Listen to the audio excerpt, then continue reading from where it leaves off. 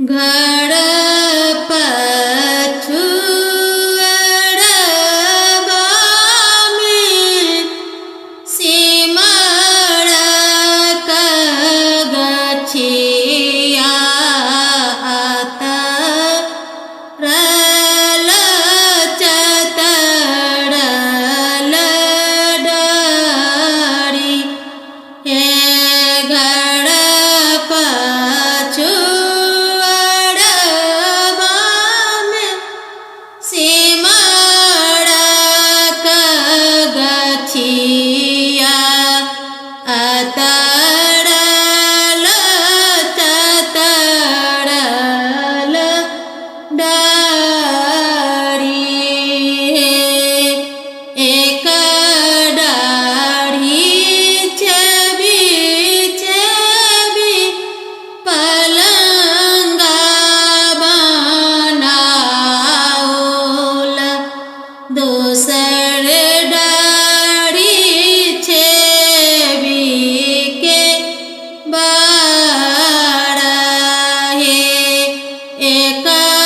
डाढ़ी छवि छवि पलंगा बना ओला दूसर डाढ़ी छवि के बाड़ा है तेसर डाढ़ी छवि छवि खीरा की काटा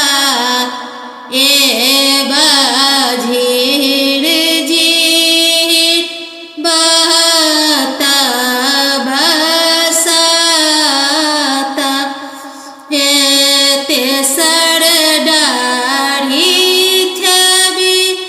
छवि खीरा की काटा ए बाझीर झीर बहता बसाता हे ताही पैसी सुता गेला दुल्हा से सुंदर दुल्हा संग लागी कन्या सुकुमारी है ताही पैसी सुता गेला दुल्हा से रामचंद्र दुल्हा संग